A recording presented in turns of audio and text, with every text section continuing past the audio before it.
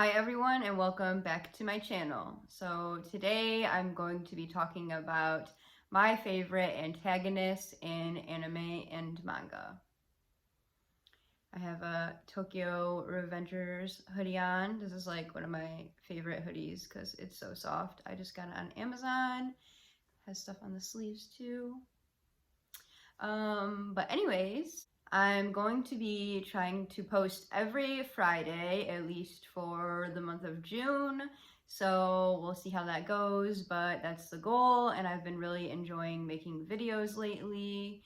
So hopefully that works out. But this video, like I said, is going to be about the best anime and manga protagonists, at least that I've watched.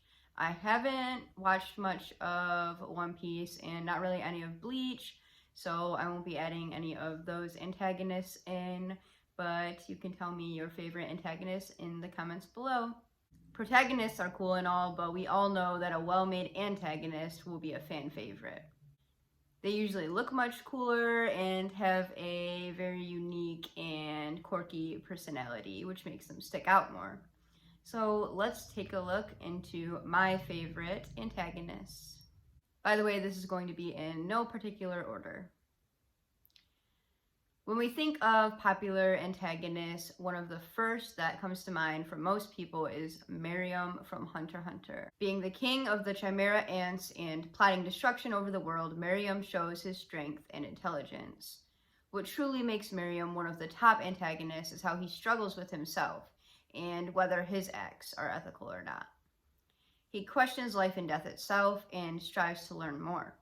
After all, he was simply born into this life and into his role as a king and had no choice in the matter. From fighting Netero to playing chess with Komugi, he showed many different sides to him and grew so much as a character in that short amount of time.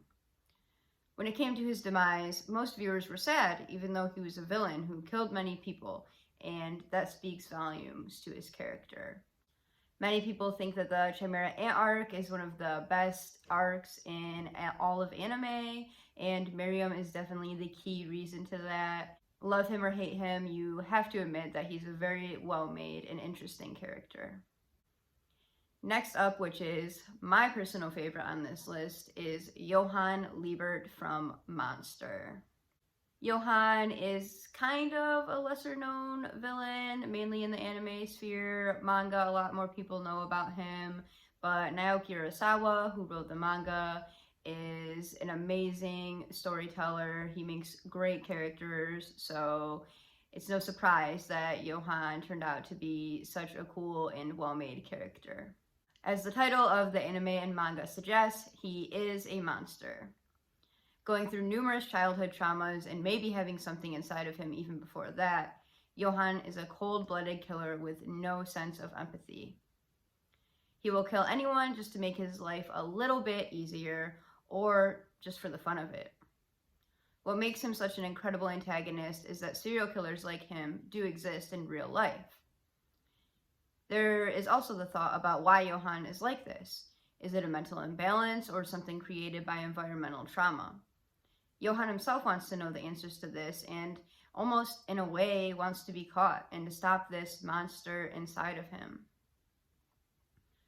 Johann is attractive, very intelligent, and makes a good impression on everyone he meets. That is what makes him the best type of monster. I've heard many people who have watched or read Monster say this as well, but he is one of the few characters that just, even if he's not there, not around, like, he is causing an eerie feeling inside of you. And I was just shocked by a lot of the things that he did in the anime and manga, and he's just a super cool character. Now we're going to talk about someone from another one of my favorite series, which is Vinland Saga, and the character is Askeladd. Askeladd is the definition of a character that you hate to love. This man murders innocent children and families and is responsible for murdering someone very close to our main protagonist. He seemingly cares for nobody except himself. Then as we get deeper and get to know Askeladd more, we realize he is simply doing what he must to survive in this crazy world that he's living in. Not only that, but he really cares for his crew, and especially Bjorn, who may be his only true friend. In a weird way, he also becomes a sort of father figure to Thorfinn. Askeladd proved his swordsmanship and battle tactics time and time again, even if some were shady ways, to say the least. Him and his crew usually came up on top because of Askeladd's actions. Without spoiling too much, Askeladd ended up doing some very selfless acts that turned many viewers from hating him to loving him. Hard to make a better character than that, and even going in late into the manga, Askeladd is still a character that has stuck with many people, including Thorfinn, and he's a very memorable character for sure. Now we're going into probably the most infamous character on this list, which is Griffith from Berserk. I'm currently reading Berserk. I just passed the eclipse pretty recently, so I see why everyone loves and hates this man. He is the founder and leader of an army and is enemies to former ally Guts.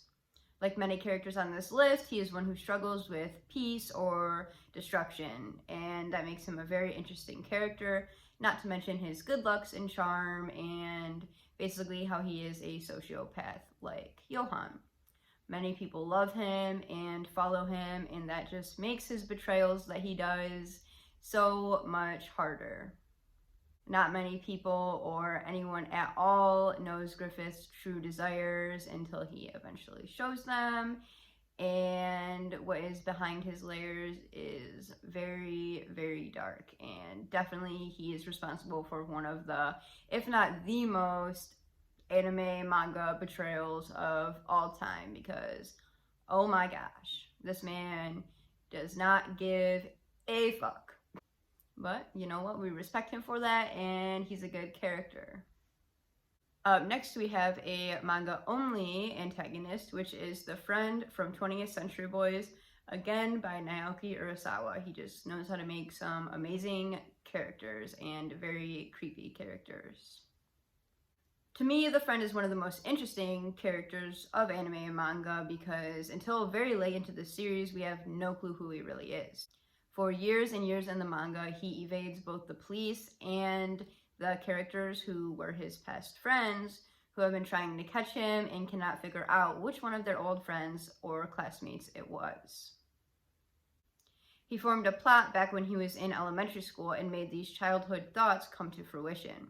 The friend made a cult of millions of people all over the world do his every bidding for him and be obsessed with him. He also made a virtual video game that can go back into the past.